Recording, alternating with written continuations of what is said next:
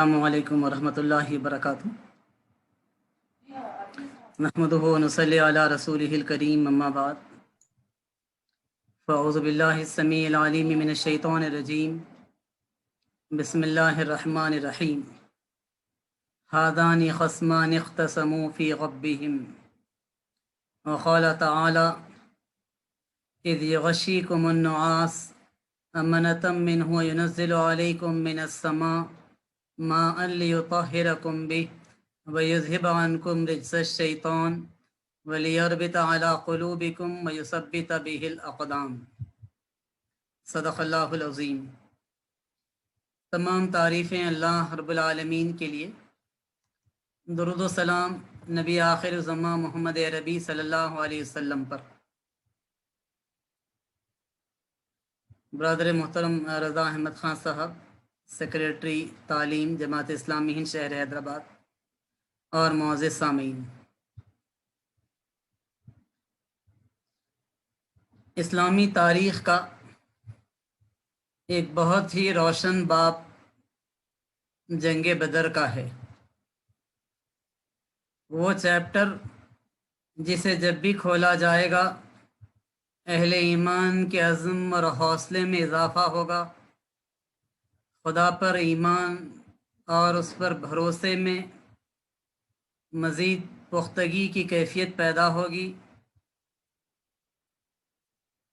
ایمان کو، توکل کو جلا ملے گی، اور اہل ایمان اس عزم اور اس حوصلے کے ساتھ زمین پر جئیں گے کہ جب بھی وہ اپنے آپ کو نصرت الہی کا مستحق بنانے میں کامیاب ہوں گے، یقیناً اللہ کی ذات ان کی مدد اور ان کی نصرت کے لیے ہمیشہ موجود رہے گی۔ اسلامی تاریخ کے اس روشن باب کو ہمیں دیکھنا ہے تو تھوڑے سے پس منظر کے ساتھ اس کو سمجھنے کی کوشش کرنی ہوگی۔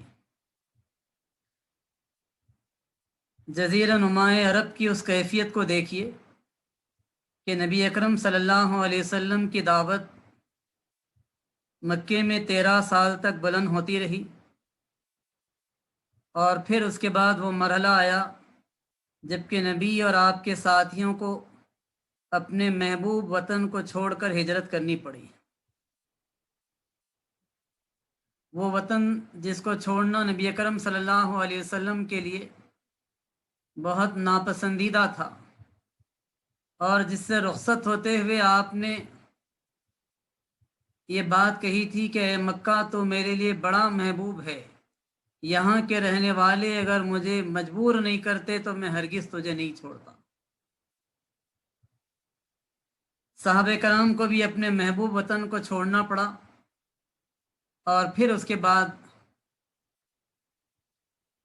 مدنی زندگی کے جس دور کا آغاز ہوا تو اہل مکہ نے وہاں بھی اطمینان سے نہیں رہنے دیا، بلکہ وہاں بھی ان کی سازشیں، وہاں بھی آئے دن کے کچھ نہ کچھ ان کے منصوبے اہل ایمان کی راہ میں رکاوٹ بنتے رہے، اور اس کے نتیجے میں اہل مکہ اور اہل مدینہ کے درمیان میں مستقل ٹینشن بڑھتا رہا، اور یہ ٹینشن بڑھتے بڑھتے بالآخر جنگ بدر کی شکل میں ظاہر ہوا۔ آئیے دیکھیں کہ وہ کیا اسباب تھے جن کے نتیجے میں یہ ٹینشن بڑھا، اور بالآخر اس کے نتیجے میں یہ کیفیت پیدا ہوئی کہ وہاں پر ایک زبردست قسم کا معرکہ اہل مکہ اور اہل مدینہ کے درمیان میں پیش آیا۔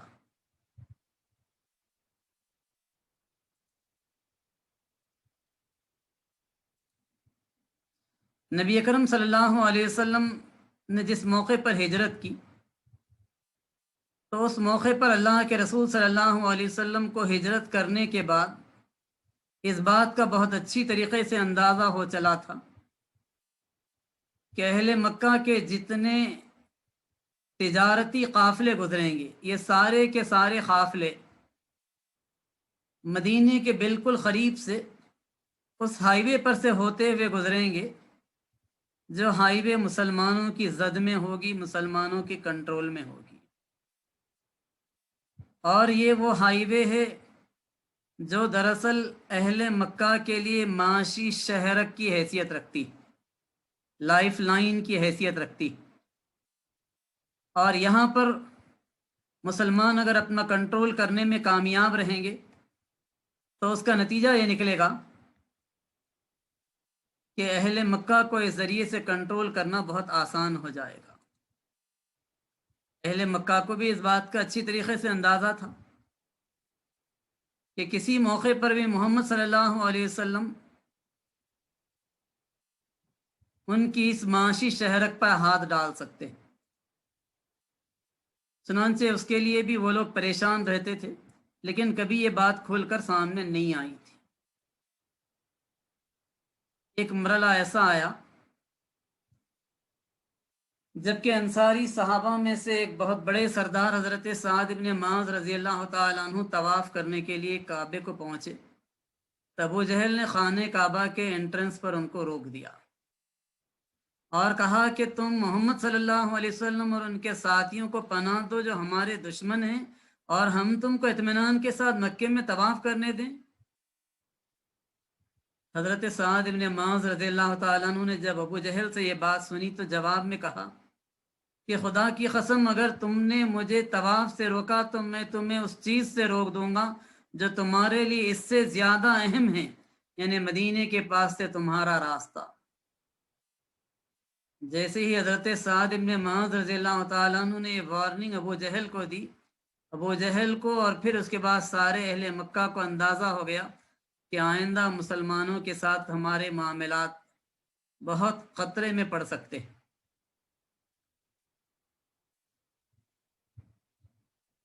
یہ ایک اہم سبب تھا جس کے ذریعے سے اس بات کا پورا امکان تھا کہ مستقبل میں مزید ٹینشن کے اندر اضافہ ہوگا۔ پھر ایک اور وجہ جو بنی وہ اشاعت دین میں رکاوٹ کی جو کوشش اہل مکہ کی تھی، اس نے مزید ٹینشن میں اضافہ کیا۔ نبی اکرم صلی اللہ علیہ وسلم اور آپ کے ساتھی مدینے کے اندر تو تبلیغ کر رہے تھے آسانی کے ساتھ، آپ کی دعوت اطراف میں بھی پھیل رہی تھی، لیکن ایک موقع ایسا آیا کہ بحرین کا ایک سردار مدینے کی طرف آ رہا تھا تو مکے والوں نے اسے راستے میں روک دیا۔ اس کے آنے کا جو مقصد تھا وہ اسلام قبول کرنا تھا، لیکن جب اہل مکہ نے اسے روک دیا تو اس سے یہ بات واضح ہو گئی کہ اب یہ کشمکش کبھی ختم ہونے والی نہیں ہے، بلکہ یہ خدا پرستوں اور خدا بیزار لوگوں کے درمیان میں یہ کشمکش مستقل اس طریقے سے جاری رہے گی۔ اس دوران میں مزید ایک واقعہ پیش آ گیا۔ 2 ہجری میں رجب کے مہینے میں نبی اکرم صلی اللہ علیہ وسلم نے 12 لوگوں کی قیادت، 12 لوگوں پر مشتمل ایک چھوٹا سا دستہ عبداللہ ابن جہش کی قیادت میں بھیجا۔ اس دستے کو جو ذمہ داری دی گئی تھی وہ یہ کہ تجارتی قافلوں کے اوپر وہ نظر رکھے، وہ اس بات کی انفارمیشن اللہ کے رسول کو دے کہ اہل مکہ کے تجارتی قافلے کتنے گزر رہے ہیں، کب گزر رہے۔ اتفاق سے ان کو ایک قریشی قافلہ مل گیا اور دونوں کے درمیان میں جھڑپ ہو گئی۔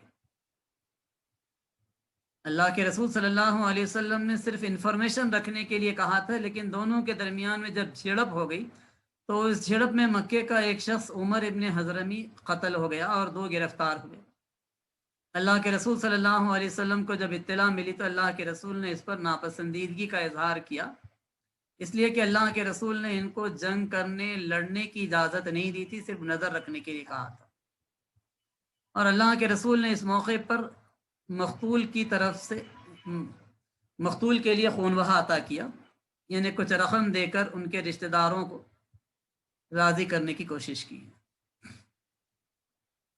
ادھر اہل مکہ کے درمیان میں اس واقعے کا بہت پروپیگنڈا ہوا اور انتقام لینے کی باتیں وہاں پر ہونے لگی۔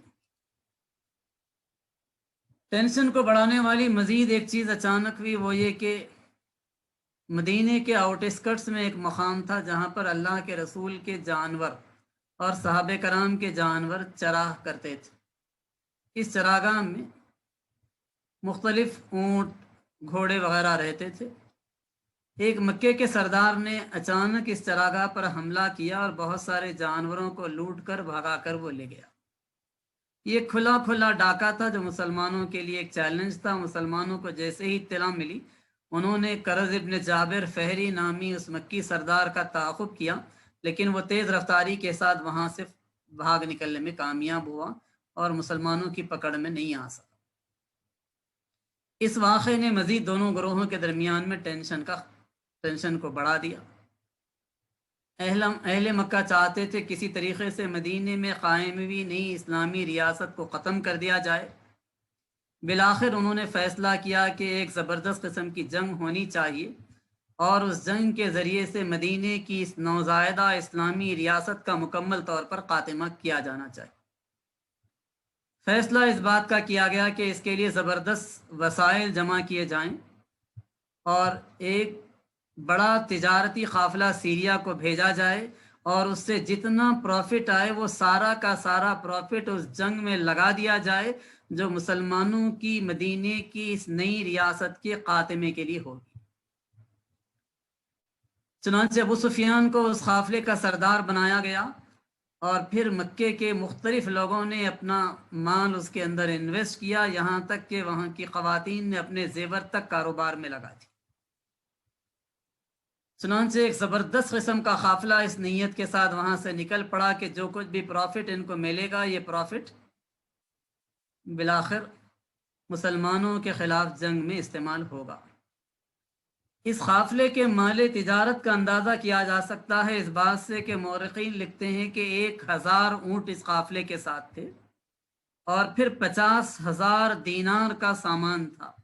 50,000 دینار کا مطلب 262.5 kg گولڈ کے برابر۔ اندازہ کیجئے کہ 262.5 kg گولڈ کے برابر سامان اور 1000 اونٹ، اتنے زبردست مال تجارت کو لے کر 40 افراد کو لے کر ابو سفیان اس قافلے کے ساتھ مکے سے روانہ ہوئے۔ جس موقع پر وہ روانہ ہوئے، نبی اکرم صلی اللہ علیہ وسلم چونکہ اس ہائی وے پر نظر رکھ رہے تھے، مستقل اپنے نمائندوں کو بھجواتے رہتے تھے۔ اللہ کے رسول صلی اللہ علیہ وسلم کو پل پل کی انفارمیشن ملتی تھی۔ ایک ریاست کے سربراہ ہونے کی حیثیت سے بھی آپ کا انٹیلیجنس نظام اور ایک جنگی کمانڈر ہونے کی حیثیت سے بھی آپ کا یہ جاسوسی کا نظام بڑا مستحکم نظام تھا۔ چنانچہ نبی اکرم صلی اللہ علیہ وسلم کو اس بات کی اطلاع مل گئی کہ ایک زبردست قسم کا تجارتی قافلہ مکے سے نکلا۔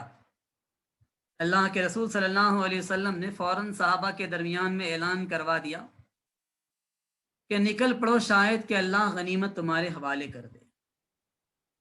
جیسے ہی اللہ کے رسول صلی اللہ علیہ وسلم کی طرف سے یہ اعلان ہوا، 313 صحابہ اس موقع پر تیار ہو گئے اس قافلے کے طرف آگے بڑھنے کے لیے۔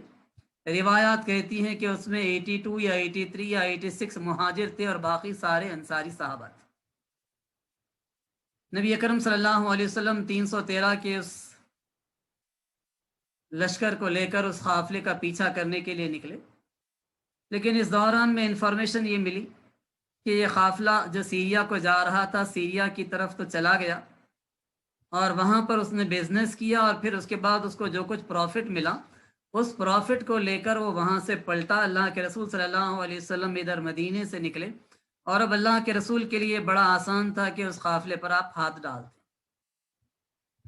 لیکن اس دوران میں ابو سفیان جو کہ اس قافلے کے سردار تھے، وہ بھی ایک بڑے انٹیلیجنٹ آدمی تھے۔ وہ بھی بڑی تیزی کے ساتھ اپنے انفارمرز کو آگے بھیجا رہے تھے، خبریں لے رہے تھے اور ان کو اس بات کا اندازہ تھا کہ اس ہائی وے کی نگرانی ہو رہی ہے۔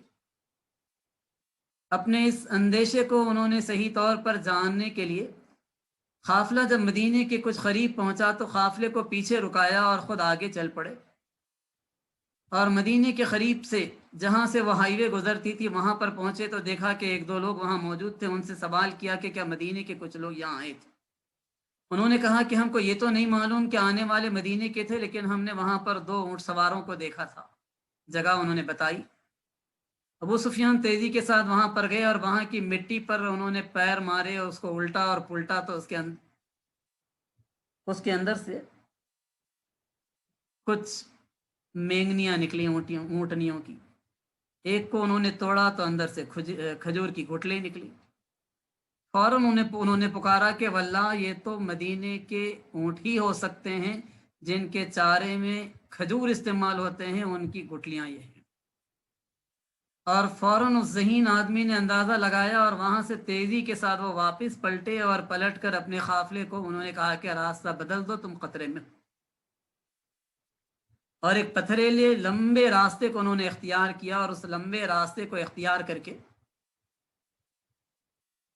انہوں نے اپنے ایک نمائندے کو تیز رفتاری کے ساتھ سفر کرتے ہوئے مکے والوں کی طرف بھیجایا. زمزم غفاری نام کا یہ آدمی بہت تیز رفتاری کے ساتھ سفر کرتا ہوا مکے کو پہنچا، اور جب مکے میں داخلے کا وقت آیا تو اس موقع پر اس نے اپنے سواری کی پشت کے اوپر نیزہ مارا.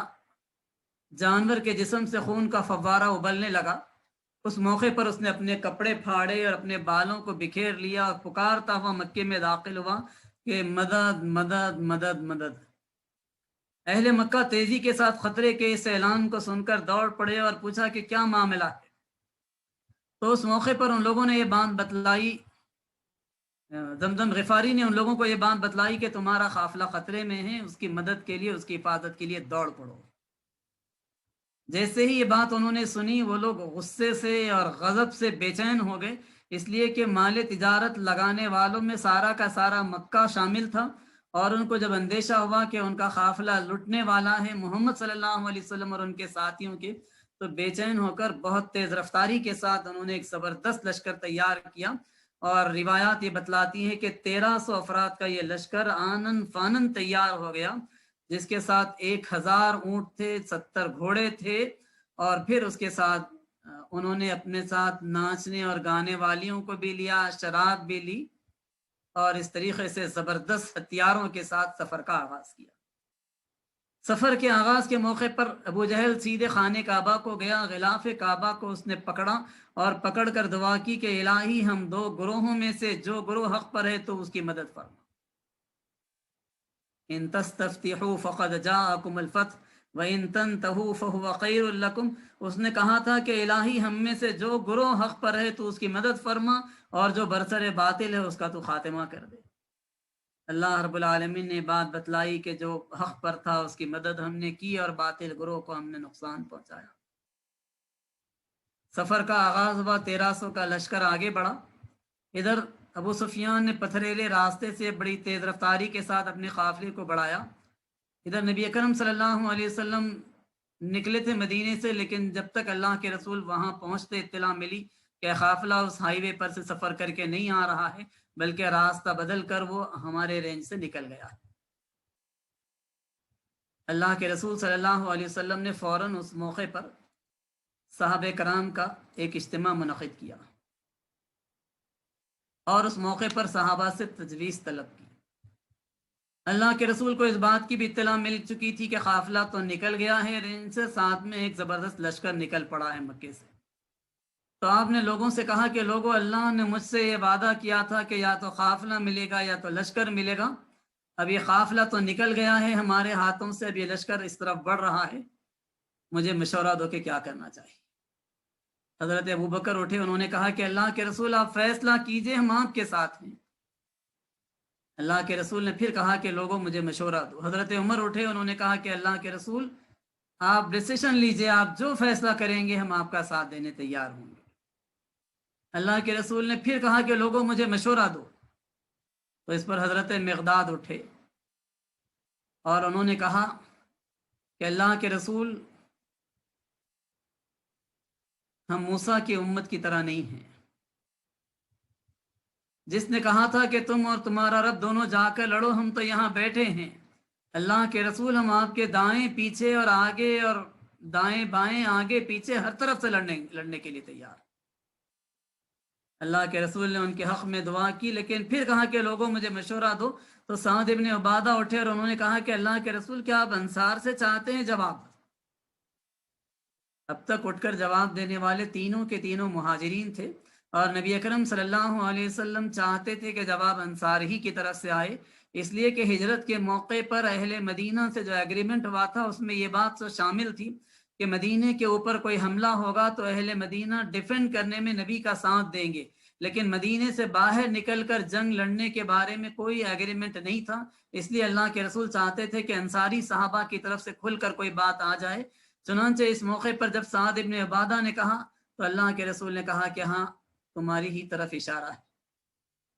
تو حضرت سعد ابن عبادہ نے اس موقع پر کہا کہ اللہ کے رسول ہم آپ پر ایمان لائے ہیں، ہم نے آپ کی تصدیق کی ہے اور ہم نے گواہی دی ہے کہ جو کتاب آپ لائے ہیں وہ حق ہے۔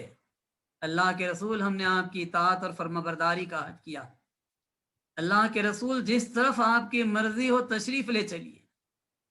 خدا کی قسم، اس خدا کی قسم جس نے حق کے ساتھ آپ کو مبعوث کیا، اگر آپ ہم کو سمندر میں گھوڑے دوڑا دینے کا حکم دیں گے، گھوڑوں کے ساتھ چھلانگ لگا دینے کا حکم دیں گے، تو اللہ کے رسول ہم اس سے بھی رکیں گے نہیں، بلکہ اس حکم پر بھی عمل کرنے کے لیے تیار۔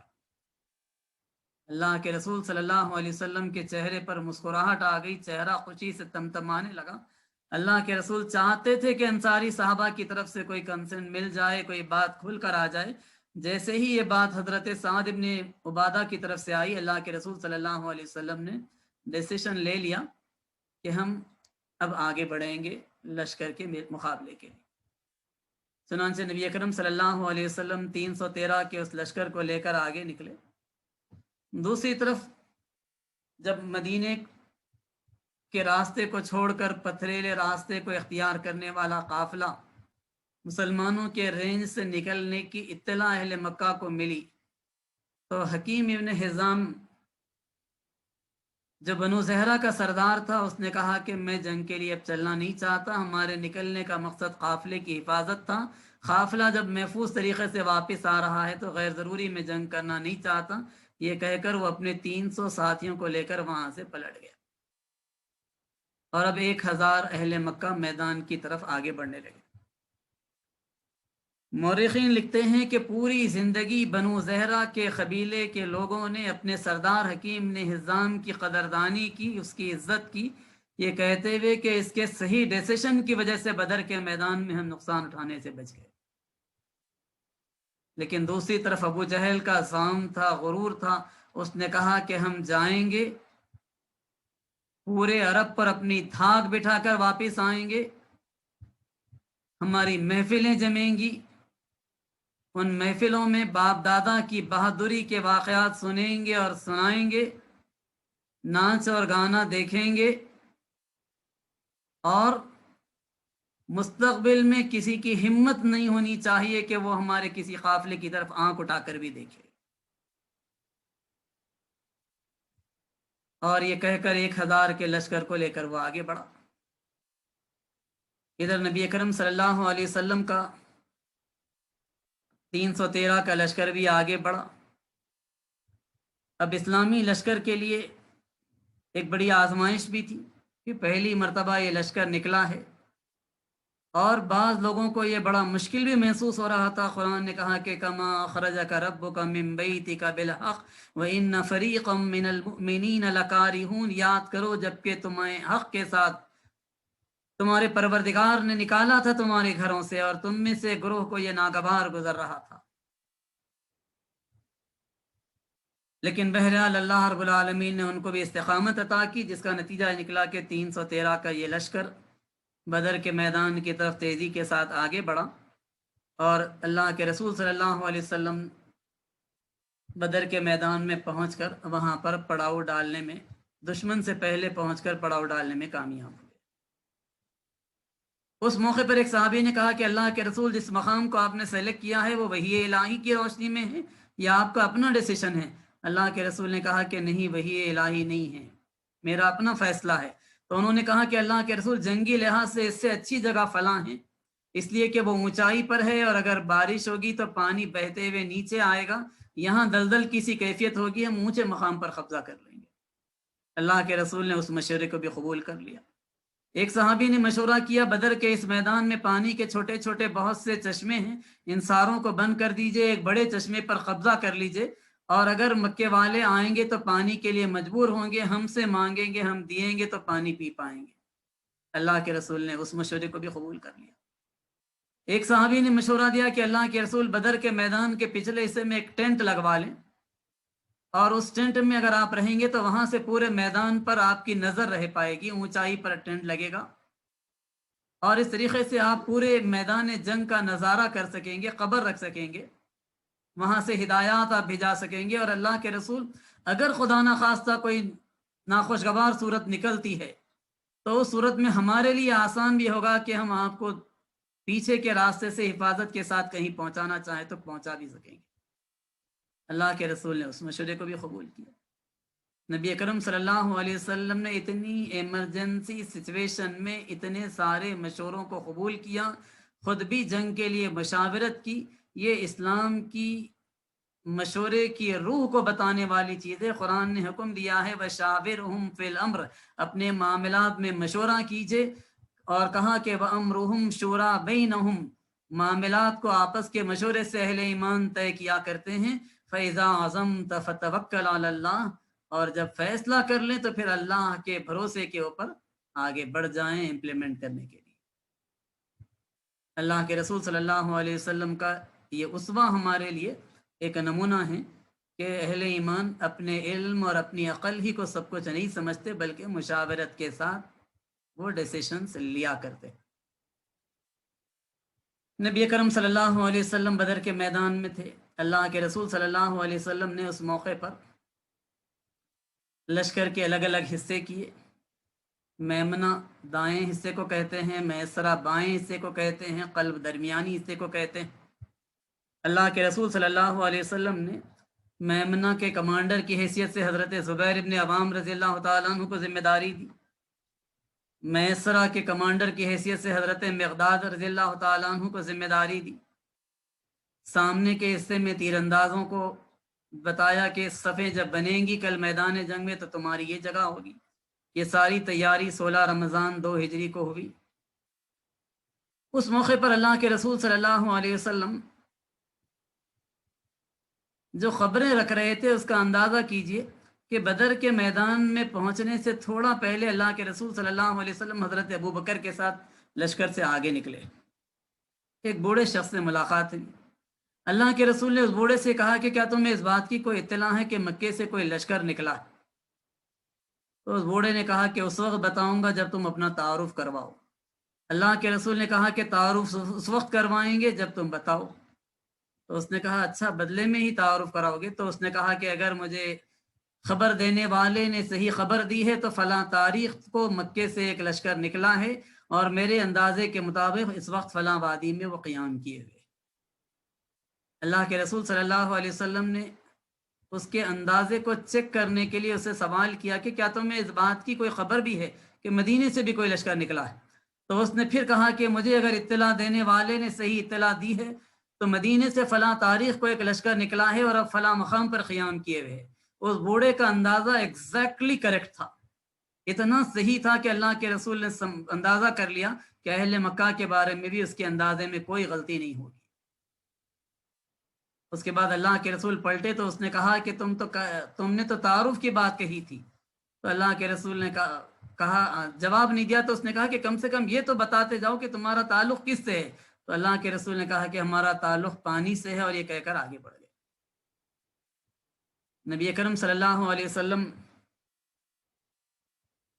نماز پڑھ رہے تھے بدر کے میدان میں۔ اس موقع پر حضرت علی رضی اللہ تعالیٰ عنہ مکے والوں کو پانی پلانے والے جو تھے لشکر مکہ کو، تو اس میں سے کچھ لوگوں کو پکڑ کر لائے۔ ان سے اللہ کے رسول نے سوالات کیے کہ بتاؤ کتنے افراد پر مشتمل لشکر ہے؟ تو انہوں نے کہا کہ صحیح تعداد تو ہم کو معلوم نہیں۔ اللہ کے رسول نے کہا کہ یہ بتاؤ کہ روزانہ کتنے اونٹ وہ لوگ ذبح کرتے ہیں؟ تو کہا کہ کسی دن 9 یا کسی دن 10۔ اللہ کے رسول نے کہا کہ اس کا مطلب 900 یا 1000 کا لشکر آ رہا ہے۔ پھر ایک مزید صحیح اندازہ اللہ کے رسول نے لگا لیا۔ نبی اکرم صلی اللہ علیہ وسلم نے اس موقع پر ان سے پوچھا کہ بتاؤ کہ اس کے اندر کون کون ہے؟ انہوں نے کہا کہ اس میں ابو جہل ہے، اس میں ولید ہے، شیبہ ہے، ادبہ ہے، امیہ ابن خلف ہے، فلاں فلاں فلاں لیڈروں کے نام گنائے، مشہور لیڈر تھے۔ ایک ابو لہب واحد ایسا شخص تھا جو اس جنگ کے اندر بڑے سرداروں میں سے نہیں آیا تھا، اس نے اپنے ایک نمائندے کو بھیجوا دیا تھا، باقی سارے کے سارے سرداران مکہ آئے تھے۔ اللہ کے رسول نے اس موقع پر اپنے ساتھیوں کی طرف متوجہ ہو کر کہا کہ لوگوں، اہل مکہ نے اپنے جگر کے ٹکڑوں کو تمہارے سامنے لا کر ڈال دیا ہے۔ اور پھر اللہ کے رسول نے اس میدان بدر میں کچھ مقامات کو پن پوائنٹ کر کے بتایا کہ یہ مقام ہوگا جہاں ابو جہل مارا جائے گا، یہ مقام ہوگا جہاں ادبا مارا جائے گا، یہ مقام ہوگا جہاں ولید مارا جائے گا، اس مقام پر شیبہ مارا جائے گا، اس مقام پر امیہ ابن خلف مارا جائے گا، اس مقام پر فلاں دشمن اسلام مارا جائے گا۔ ایک کے بعد دیگر اللہ کے رسول نے سارے بڑے سرداروں کے نام گن گن کر بتا دیے۔ اس میں اللہ کے رسول صلی اللہ علیہ وسلم نے اس طریقے سے 16 تاریخ کو اپنی پوری تیاریاں مکمل کر لی، اور اسی تاریخ کو اہل مکہ کا لشکر بھی بدر کے میدان میں پہنچ گیا۔ اور جب بدر کے میدان کو وہ پہنچا تو اس وقت تک پانی مسلمانوں کے کنٹرول میں تھا، اونچی جگہ مسلمانوں کے پاس تھی۔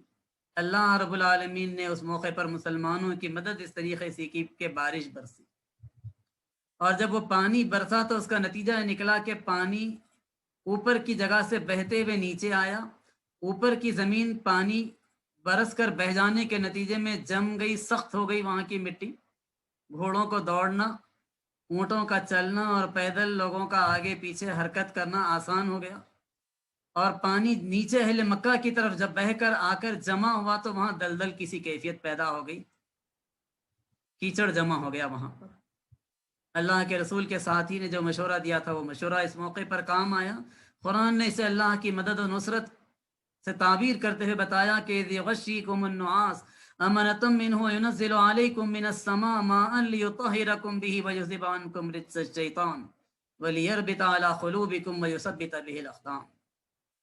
یاد کرو وہ موقع جب کہ اللہ نے بارش برسائی، تمہارے اوپر سکینت کی سی کیفیت کو نازل کر دیا، اور پانی کے ذریعے سے تم کو پاکی عطا کی، تمہارے قدموں میں ثبات ادا کیا۔ شیطانی وسوسوں سے بھی اللہ رب العالمین نے اہل ایمان کو نجات دی۔ اہل مکہ نے بھی میدان بدر میں اپنی جگہ کو دیکھ لیا، انہوں نے بھی اپنی صفوں وغیرہ کی نشاندہی کر لی۔ دوسرے دن جنگ ہونی تھی، تو جنگ ہونے سے ایک دن پہلے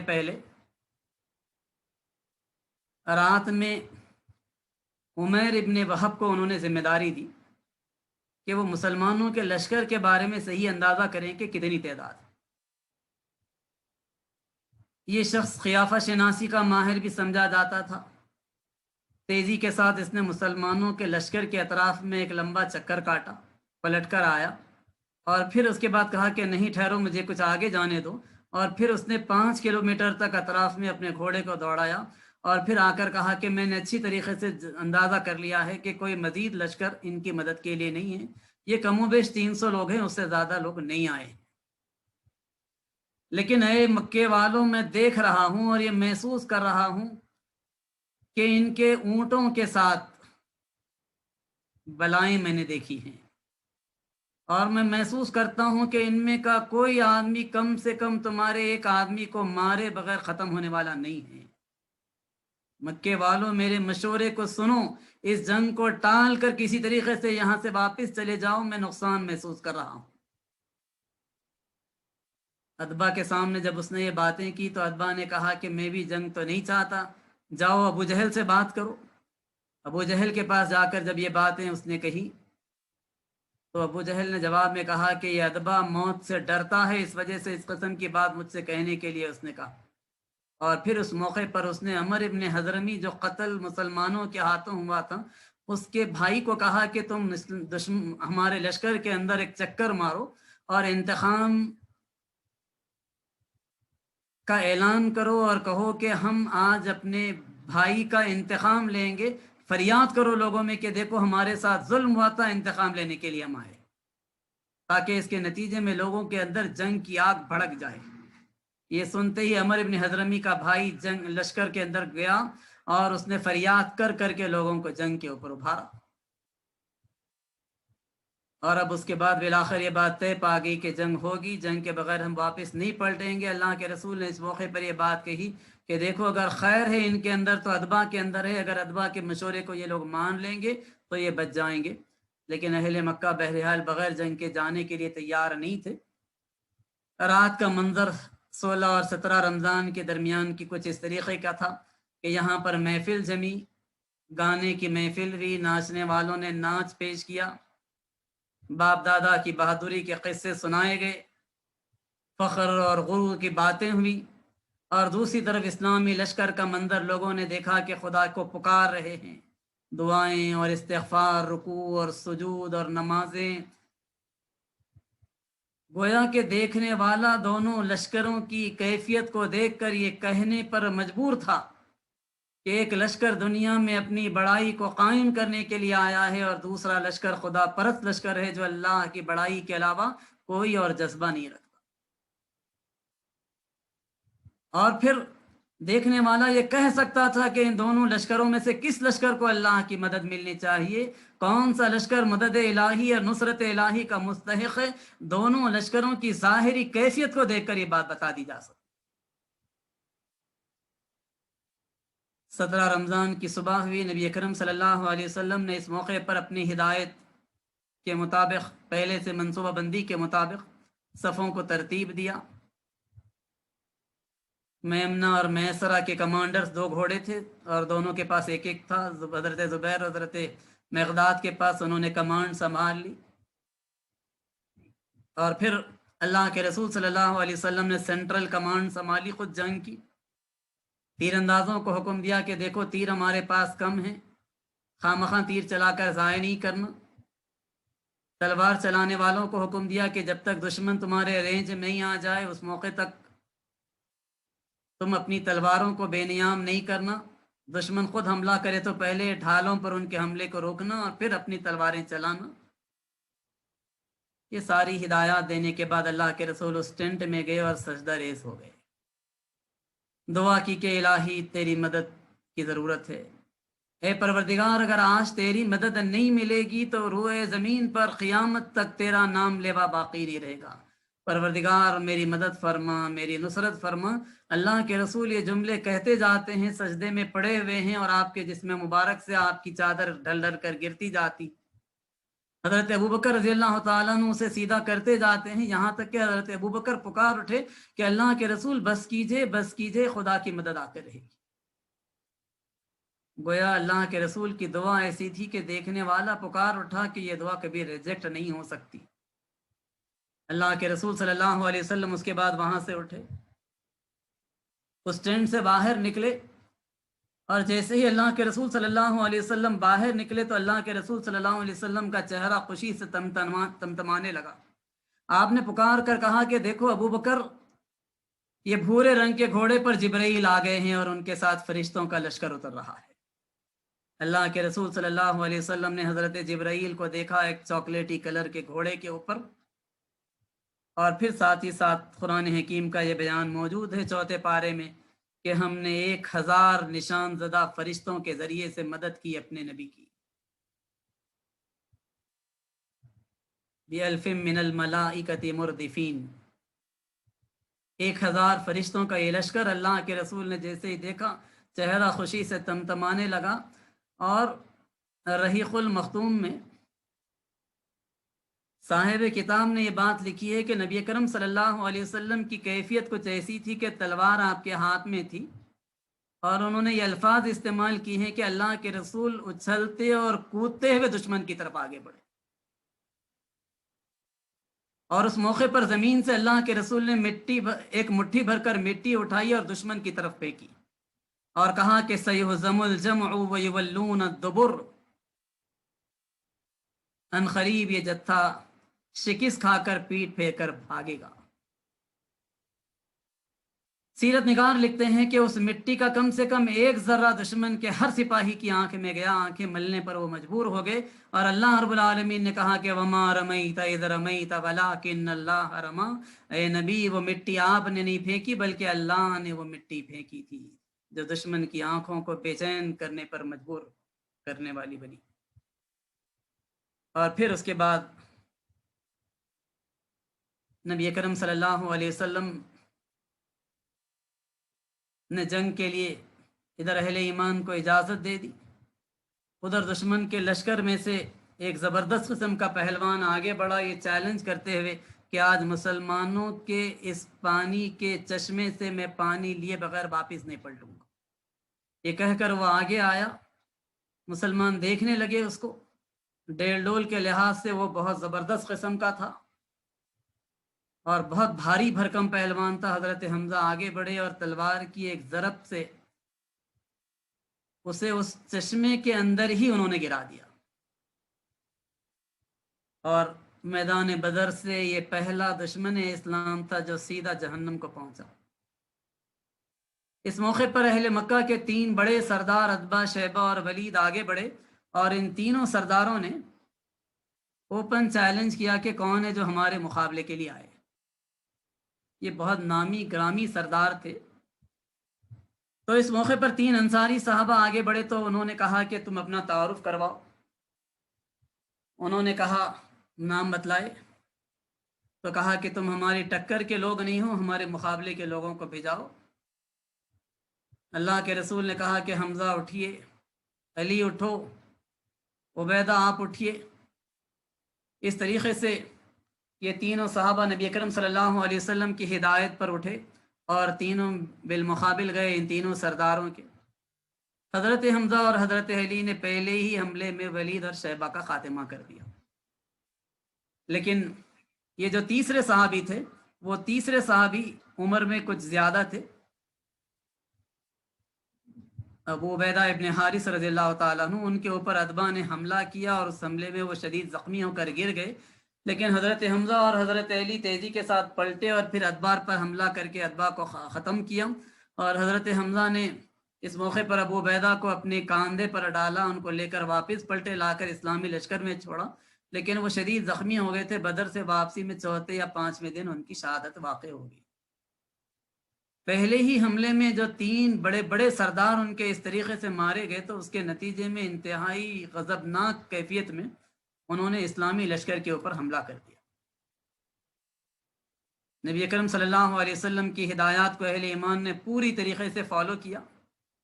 جب وہ لشکر تیزی کے ساتھ اسلامی لشکر کے قریب بڑھا اور رینج میں آیا، تو اس موقع پر تیر اندازوں نے تیروں کی بورچھار برسائی، اور پھر اس کے بعد جب وہ لشکر مزید آگے بڑھا تو پھر اس کے بعد مسلمانوں نے اپنی تلواریں ان کے بالمقابل نکالی اور دونوں طرف سے گھمسان کی جنگ کا آغاز ہوا۔ اور اس جنگ کے اندر تھوڑی ہی دیر کے اندر لوگوں نے دیکھا کہ جس طرف حضرت علی اور حضرت حمزہ جاتے ہیں، وہاں پر دشمن کی صفوں کی صفیں پوری طریقے سے تتر بتر ہو جاتی۔ حضرت حمزہ آگے بڑھتے تو ایسا محسوس ہوتا کہ جیسے شیر بکریوں کے اندر داخل ہو جائے تو بکریاں جس طریقے سے راستہ دے دیتی ہیں، بچ کر ہٹ جاتی ہیں، ویسی کیفیت اہل مکہ کی ہوا کرتی تھی۔ اور حضرت علی سے لوگوں نے پوچھا کہ آپ کو ڈر نہیں ہوتا دشمن کے لشکر میں اس طریقے سے داخل ہوتے ہوئے؟ تو انہوں نے کہا کہ جب موت کا وقت بھی متعین، موت کا مقام بھی متعین، تو آخر کس چیز سے ڈروں؟ اور اس چیز نے مسلمانوں کو زبردست قسم کی طاقت عطا کر دی تھی کہ ایک گروہ وہ تھا جو دنیا کے اندر اپنی بڑائی اور دنیا کے حصول کے لیے آیا تھا، دوسرا گروہ وہ تھا جس کے سامنے شہادت کی تمنا تھی، جو چاہتا تھا کہ اس میدان میں اگر وہ کام آ جائے تو اس کے نتیجے میں اللہ کے حضور اس طریقے سے وہ پہنچے گا کہ اللہ اسے جنت میں فوراً جگہ عطا کرے گا۔ اور اس چیز نے انہیں ایسی ناقابل تصدیق قسم کی قوت بنا دیا تھا کہ دشمن اس طاقت کا مقابلہ کرنے کی پوزیشن میں نہیں تھا۔ اور پھر ساتھ ہی ساتھ اس موقع پر صحابہ کرام کہتے ہیں کہ ہم نے وہ عجیب مناظر دیکھے کہ ہم تلوار اٹھاتے ہیں اور تلوار دشمن کے اوپر چلانا چاہتے ہیں، تلوار گردن کو ٹچ نہیں ہوتی، دشمن کی گردن کٹ کر گرتی۔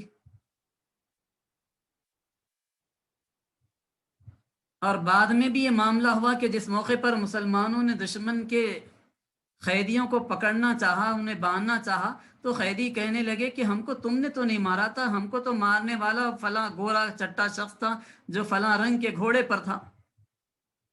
اللہ رب العالمین نے فرشتوں کے ذریعے سے جو اہل ایمان کی مدد کی تھی، اس فرشتوں کو اس موقع پر دشمن نے بھی دیکھا تھا، نبی نے بھی اپنی آنکھوں سے دیکھا تھا، اور تھوڑی دیر کے اندر اندر یہ کیفیت ہوئی کہ دشمن کے سپاہی ایک کے بعد دیگرے ختم ہونے لگے، اور بالآخر حضرت عبد الرحمن ابن عوف رضی اللہ تعالیٰ عنہ کے پاس دو کم سن نوجوان آئے اور انہوں نے کہا کہ بتائیے ابو جہل کون ہے؟ انہوں نے اشارے سے بتایا کہ دیکھو وہ مور کے پر جو لگایا ہوا ہے اپنے کاندھوں کے اوپر، وہ ابو جہل ہے۔ تیزی کے ساتھ موز اور ماز اس کی طرف جھپٹے۔ دونوں چونکہ کمسن بچے تھے، اس وجہ سے کسی نے بھی توجہ نہیں دی کہ یہ چھوٹے بچے کیوں جا رہے ہیں، لیکن جا کر انہوں نے ابو جہل کے اوپر حملہ کیا۔ ایک کے بعد دیگرے انہوں نے جب وار کیے تو ابو جہل گر پڑا، دشمن پلٹے، اور پھر اس کے بعد ان دو نوجوانوں میں سے ایک نوجوان کے اوپر جو حملہ کیا تو ایک نوجوان شہید ہو گیا، لیکن ان لوگوں نے ابو جہل کو اتنا زخمی کر دیا تھا کہ ابو جہل اب اٹھنے کے قابل نہیں رہا، اور پھر دشمن کے لشکر میں جو افراتفری کی کیفیت پھیلی تو کچھ دیر کے اندر اندر وہ میدان چھوڑ کر بھاگنے پر مجبور ہو گئے۔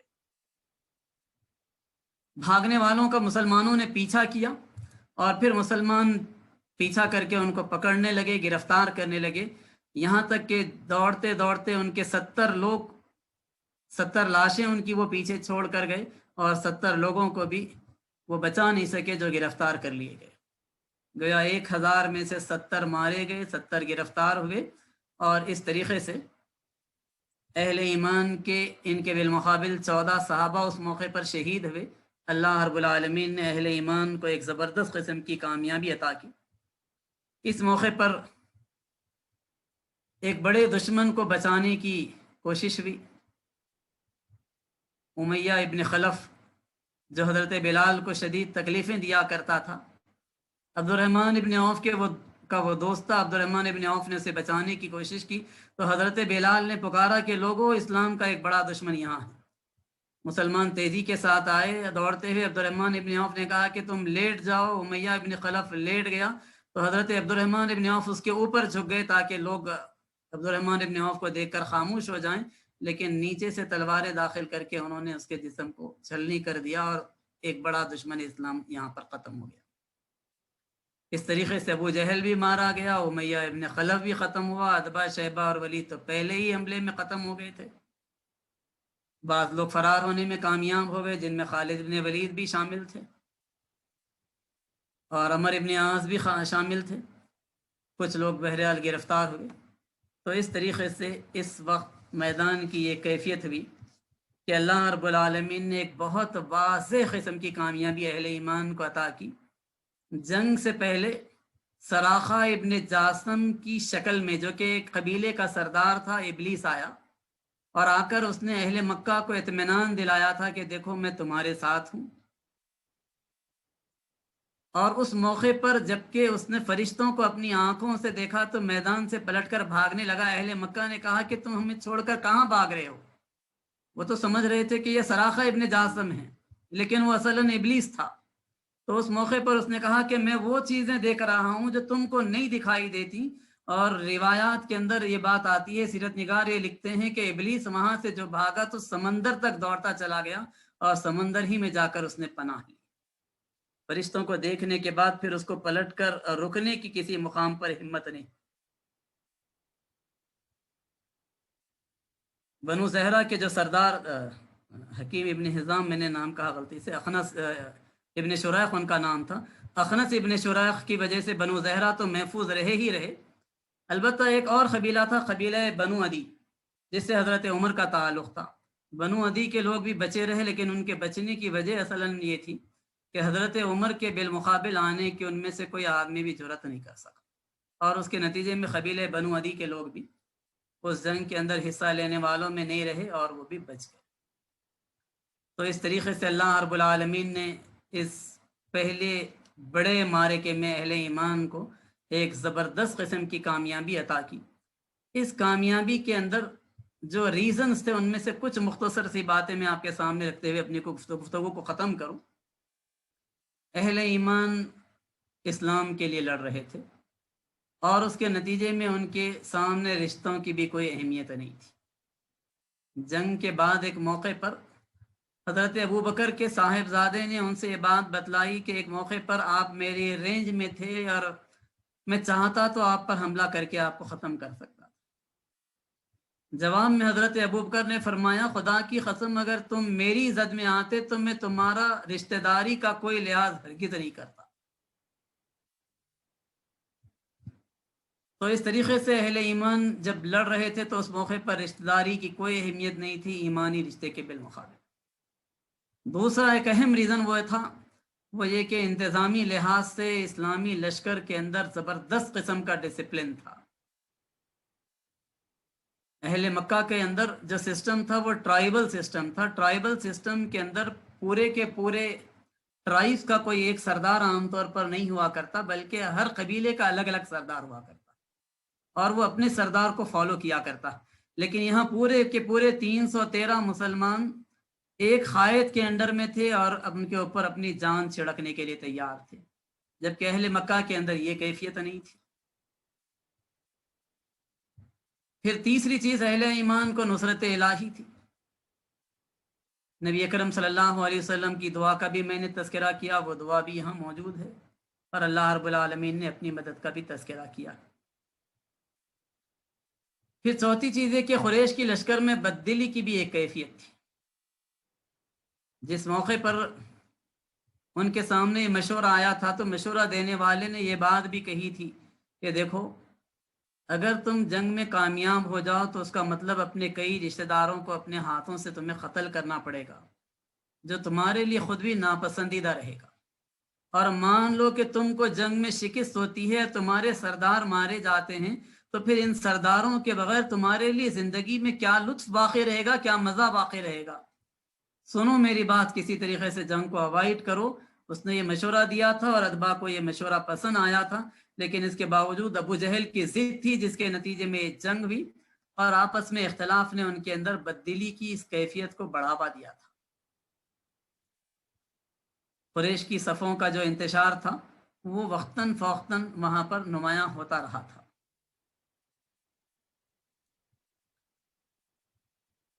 اور پھر اس کے ساتھ ساتھ شیطان کی جو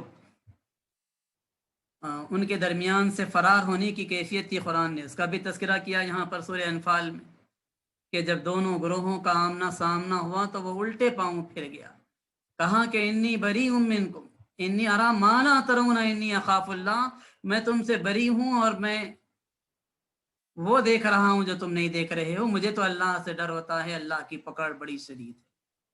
تو ایک ایسا آدمی جو ان کے اندر ایک بڑا سردار دکھ رہا تھا اور ایک بہت بہترین قسم کا لباس پہن کر آیا تھا، ایک بہت قیمتی قسم کا چوغا وہ پہنا ہوا تھا، اور اس کے ظاہری حلیے کے نتیجے میں بڑا رعب اس کا لوگ محسوس کر رہے تھے، لیکن اس طریقے سے جب وہ ان کی صفوں کے درمیان میں سے نکل کر گیا تو اس کے نتیجے میں بددلی کی کیفیت کا بڑھنا یہ بھی ایک بہت فطری بات تھی۔ پھر اللہ رب العالمین نے بارش کے ذریعے سے جو مدد کی وہ مدد ایک مدد تھی۔ مزید ایک مدد کا تذکرہ سورہ انفال کرتا ہے کہ وَإِذْ يُرِيكُمُوهُمْ إِذِ الْتَقَيْتُمْ فِي أَعْيُنِكُمْ قَلِيلًا وَيُقَلِّلُكُمْ فِي أَعْيُنِهِمْ لِيَقْضِيَ اللَّهُ أَمْرًا كَانَ مَفْعُولًا۔ یاد کرو کہ مقابلے کے وقت خدا نے تم لوگوں کی نگاہوں میں دشمنوں کو تھوڑا دکھایا اور ان کی نگاہوں میں بھی تمہیں کم کر کے پیش کیا۔ اہل ایمان کی نگاہوں میں دشمن کم دکھے تو اس کا نتیجہ یہ ہوا کہ ان کے اوپر ہیبت کی کیفیت طاری نہیں ہوئی، ورنہ 3 گنا طاقت سے ٹکرانا تھا، اور اگر وہ صحیح تعداد اور صحیح طاقت کا اندازہ ہوتا اور وہ دکھنے لگتی تو اس کے نتیجے میں ہیبت کی کیفیت طاری ہو سکتی تھی۔ تو قرآن کہتا ہے کہ تعداد کو کم کر کے دکھایا۔ پھر یہ بات بھی بتلائی کہ ان کی نگاہوں میں بھی تم کو کم کر کے دکھایا، تو اس کا نتیجہ یہ ہوا کہ وہ اوور کانفیڈنس ہو گئے اور اس کے نتیجے میں سمجھنے لگے کہ ان کو تو ہم پیس کر رکھ دیں گے، اور اس اوور کانفیڈنس نے ان کو نقصان پہنچایا۔ پھر بدر کے میدان میں مشہور قریشی سرداروں کی موت کا واقع ہونا، یہ بھی اللہ رب العالمین کی ایک مدد تھی۔ مختلف انڈیویجول اور لوگوں کے تذکرے بھی ملتے ہیں کہ انہوں نے کس طریقے سے میدان میں بہادری کا مظاہرہ کیا۔ یہ 14 وہ صحابہ ہیں جو میدان بدر میں شہید ہوئے۔ ان 14 میں یہاں پر نمبر 13 پر جو نام ہے معوذ ابن حارث کا، یہ وہی کم سن لڑکا ہے جس نے اپنے بھائی معاذ کے ساتھ ابو جہل پر حملہ کیا تھا اور پھر اس کے نتیجے میں وہ شہید ہو گیا تھا۔ آخری نمبر پر جو عبیدہ ابن حارث نام ہے، یہ وہ ہیں جو ادبا کے مقابلے میں ابتدائی حصے میں زخمی ہو کر گر پڑے تھے، جنہیں حضرت حمزہ اپنے کاندھے پر ڈال کر واپس لائے تھے۔ ان دونوں کو ملا کر جملہ 14 یہ صحابہ تھے جو میدان بدر کے اندر شہید ہیں۔ تو بدر کا یہ جو واقعہ ہے، یہ واقعہ حق و باطل کے ایک بہت واضح فیصلے کو سامنے لاتا ہے، اور یہ بات بھی بتلاتا ہے کہ ابو جہل نے جو دعا کی تھی غلاف کعبہ کو پکڑ کر، تو اللہ رب العالمین نے فیصلہ فرما دیا کہ حق پر کون ہیں، باطل پر کون ہیں۔ اس طریقے سے اسلام ایک عظیم قوت کی شکل میں بدر کے میدان میں ظاہر ہو کر آئی۔ ایک مغربی مورخ نے یہ بات بتلائی کہ بدر سے پہلے اسلام محض ایک مذہب تھا، مگر بدر کے بعد وہ مذہب ریاست بلکہ خود ریاست بن گیا۔ مذہب کو اس معنی میں لوگ کہا کرتے ہیں کہ وہ ایک عبادات اور عقائد کا مجموعہ ہے، لیکن ریاست کا دین بننے کا مطلب یہ ہے کہ مکمل طور پر دین، جہاں پر معاملات میں بھی دین ہو، تجارت کے اندر دین ہو، جہاں پر اسٹیٹ کا نظم چلایا جائے تو وہاں پر دین ہو، جنگ لڑی جائے، صلح کی جائے، کسی ملک کی فارن پالیسی کو ڈیفائن کیا جائے، انٹرنل افیئرز کو ڈیل کیا جائے، جوڈیشری سسٹم کو بنایا جائے، سارے کے سارے مملکت کے اصول و قوانین کو چلایا جائے، صلح اور جنگ، قیدیوں کے ساتھ رویہ، یہ ساری چیزیں اگر اسلام کے بتائے ہوئے طریقے کے مطابق ہو جائیں تو حقیقی معنوں میں اسلام دین ہے۔ اور مغربی مورخ یہی کہنے پر مجبور ہو گیا کہ اسلام کی حیثیت عقیدے اور عبادت کے ماننے والے ایک گروہ کے ماننے والوں کی تھی، لیکن اب یہ اسٹیٹ کا دین بن گیا۔ اور مزید ایک مورخ یہ بات کہتا ہے کہ اس جنگ نے پورے عریبین پیننسولا کے اندر، پورے جزیرہ نما عرب کے اندر اسلام کے غلبے کی راہوں کو کھول دیا، اور اہل ایمان کے لیے اس طریقے سے بدر کا یہ واقعہ پورے عرب کے اندر اسلام کو پھیلانے، اسلام کو ایک طاقت کی حیثیت سے منوانے میں ایک فیصلہ کن معرکہ رہا۔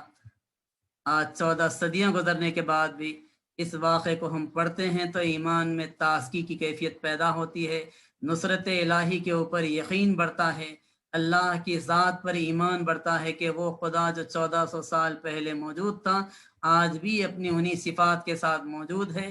آج بھی اہل ایمان اپنے آپ کو نصرت الہی کا مستحق بنائیں تو یقیناً وہ مدد کرنے کے لیے موجود ہے۔ اہل ایمان کی یہ ذمہ داری ہے کہ وہ آرگنائز ہوں، وہ منظم ہوں، وہ اس زمین پر اپنے پیغام کو پھیلانے کی کوشش کریں، اور اس پیغام کی راہ میں اگر رکاوٹ پیدا کرنے والے مجتمع ہوتے ہیں اور اہل ایمان بھی آرگنائز ہوتے ہیں تو بالآخر اہل ایمان کو خدا کی نصرت ملے گی اور زمین کے اوپر ان کو غلبہ ملے گا۔ اللہ سے دعا ہے کہ اللہ رب العالمین بدر کی اس واقعے سے ہم کو سبق لینے، نصیحت حاصل کرنے اور پرعزم انداز میں اسلام کی سربلندی کے لیے جدوجہد کرنے کی توفیق عطا فرما۔ فضائے بدر پیدا کر فرشتے تیری نصرت کو اتر سکتے ہیں گردوں سے قطار اندر قطار اب بھی۔ وآخر دعوانا ان الحمد للہ رب العالمین۔